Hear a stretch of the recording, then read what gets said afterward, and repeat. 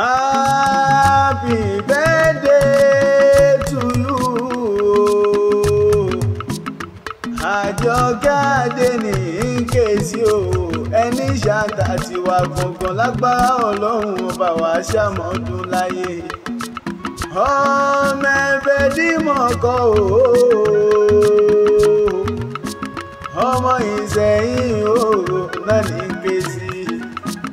Ọmọ yùmúyùmú lóró ń dún, nọ̀mùnọ̀mù lóró ń fọ̀hún o. Ọmọ bóró mi ò pagi o, bóró mi ò pọ̀pẹ̀, bó jẹ́ kí gbàgùdá lóró mi lè pa ẹjọ́ máa ń pa lọ. Ọmọ àwọn egúngún lóbìnrin lè ṣe, àwo gẹ̀lẹ̀dẹ́ lóbìnrin lè mọ̀. Bóbìnrin bá fojú dòrò òrò á sì gbé lọ lé bàbá rẹ̀ tó bí ọlọ́mọ. Ọmọ ìlú Ẹ̀yọ̀ kìkì ẹ̀gàn kìkì àpọ́lé ń bàbá rẹ̀ tó bí ọlọ́mọ, níbi ojú tí rí ìmú jẹ́nu lọ.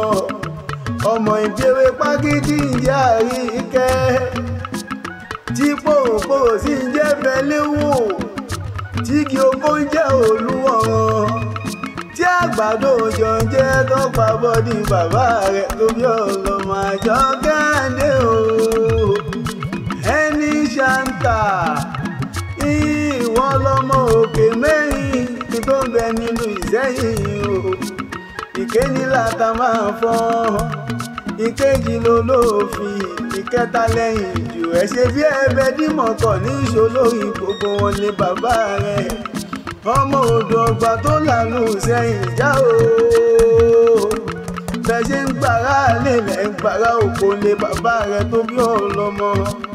Ọmọ àfàṣẹ́mù mi kíkan kíkan kíkan, ọmọ Ìṣẹ̀yìn o náà ní Nkèsí. Àjọkẹ́ Adé ní ṣàǹtà tiwa gangan. Àjọkẹ́ Adé mo ní kékeré Ìṣẹ̀yìn owó ní ká o, àgbà Ìṣẹ̀yìn aṣọ ni wọ́n ń, àní ọmọdé Ìṣẹ̀yìn oge ni wọ́n ṣe lé bàbá rẹ̀. Ẹ̀yin lọmọ níbi wọ́n ti gbé ohun gidi nínú aṣọ.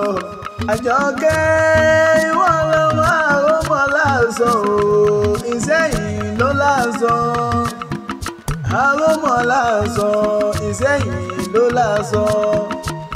Aṣọ tí àrò olówó faramú lówó, ẹ̀wù tí àwọ̀ olówó jogún ìdẹ̀ra o, gèlè tí àwé ṣùkùṣùkù bámbám, ẹni tó bá wú kó bẹ́ o.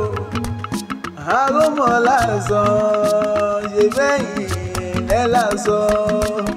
Àjọkẹ́ Adé ò ti ṣọdún èyí náà, òjòjò ní ìṣòwò ká má lè náwó kókókó láwọn tá ń lé.